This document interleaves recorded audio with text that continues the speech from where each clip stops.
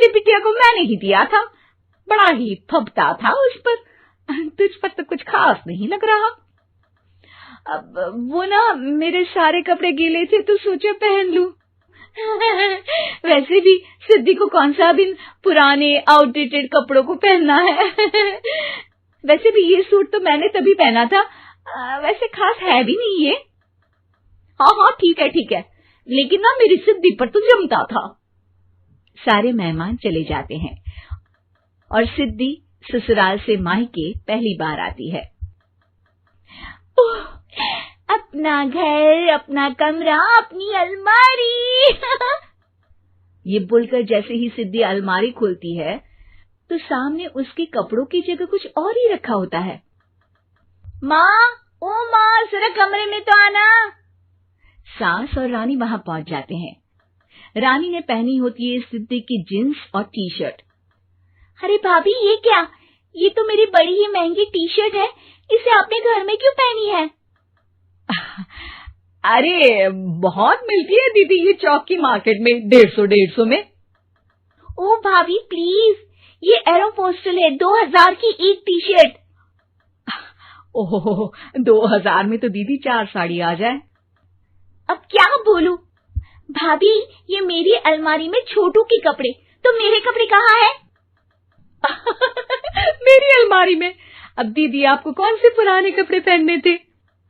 माना भाभी, लेकिन मैं जब घर आती तो यही सब पहनती ना। अरे तुम तो बड़ी कंजूस हो दीदी। खैर वक्त आता है जब सिद्धि ससुराल के लिए रवाना हो रही होती है। अरे रानी, अंदर से सिद्धि का गिफ्ट ले आ, लड़की पहली बार ससुराल से मायके आई है। रानी अंदर जाती है और एक सिंपल सी साड़ी लेकर बाहर आ जाती है। ये लीजिए माँ जी।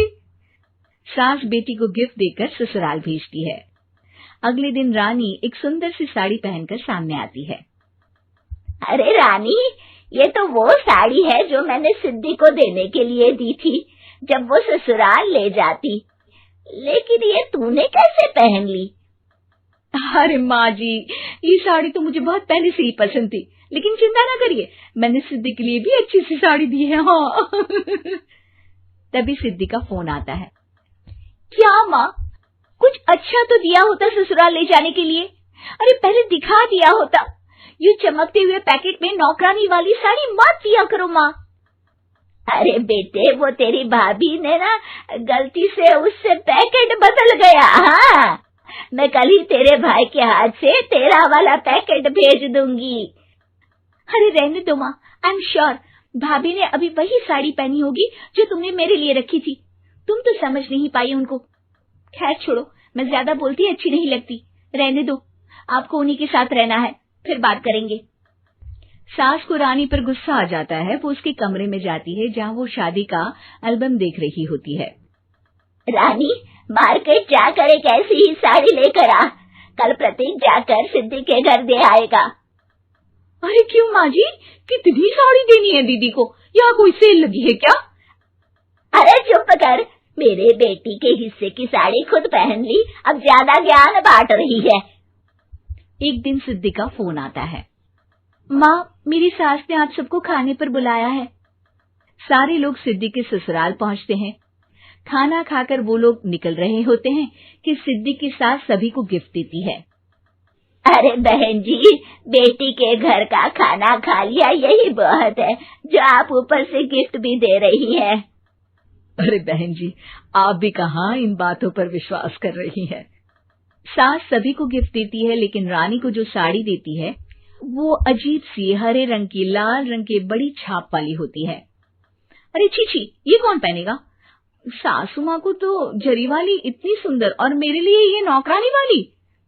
अरे भाभी, दरअसल मैं जब भी घर आती थी आप वापसी में ऐसी ही साड़ी देती थी ना, तो माँ ने सोचा कि आपको आपकी पसंद की ही साड़ी क्यों न दी जाए। बेचारी रानी, बोलती भी तो क्या।